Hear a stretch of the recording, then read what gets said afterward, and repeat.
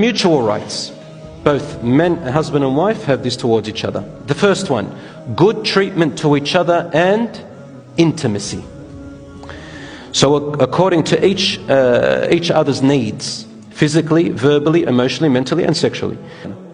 Number two, Rasul sallallahu alaihi wasallam told us to be tender and gentle with our wives, and the wife to also think of her husband's, as I said before, his efforts and so on, and to thank him for it. The Prophet sallallahu alaihi wasallam used to share with his wife how she eats. So for example, she said, one day I was eating a bone, a bit of meat on a bone. I was eating it from one side. Then Rasul sallallahu alaihi wasallam took it from me and he ate from exactly the place that I was eating, deliberately, to show that he loves her and how tender.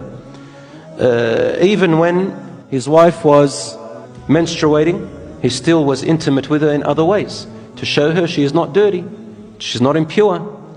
The husband and wife must feel safe around each other to communicate physically, emotionally, mentally, intimately. They must safeguard each other's dignity and honor. Your dignity and your honor, you must safeguard it.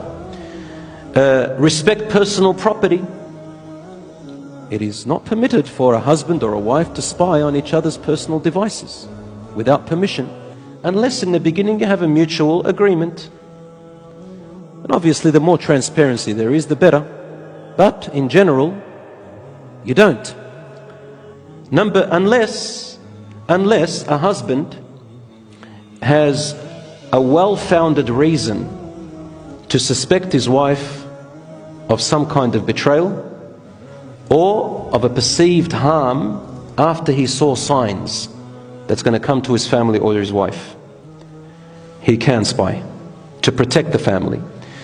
Can the wife do that? Yes.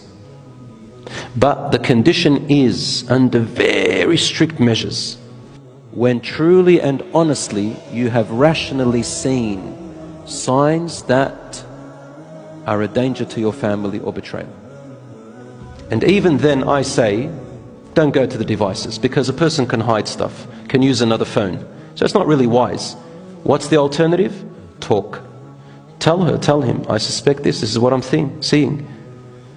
At the end, maybe things will change, or maybe inshallah, if you're just doubting wrong, it'll go away.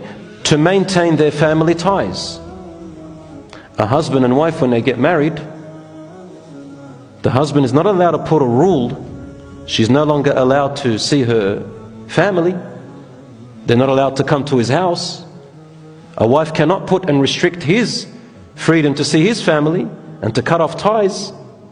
And if he orders her that way, she has a right to disobey him, and there is no sin upon him, because this is haram. And they have a right to their friends.